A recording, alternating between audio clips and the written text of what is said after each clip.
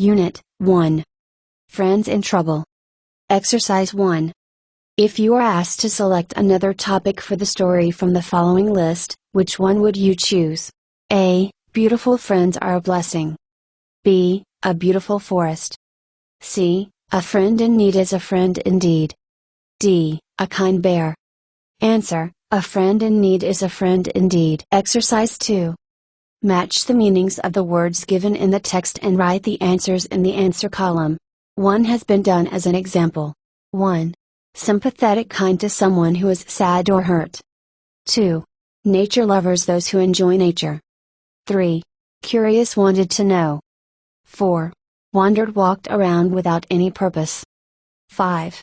Dense, thick. 6. In vain, without any success. 7. Abandon, leaves someone because it is dangerous to stay. 8. Paralyzed, unable to move. 9. Apologizing, saying sorry. 10. Whisper, speak very softly. 11. Embarrassed, ashamed.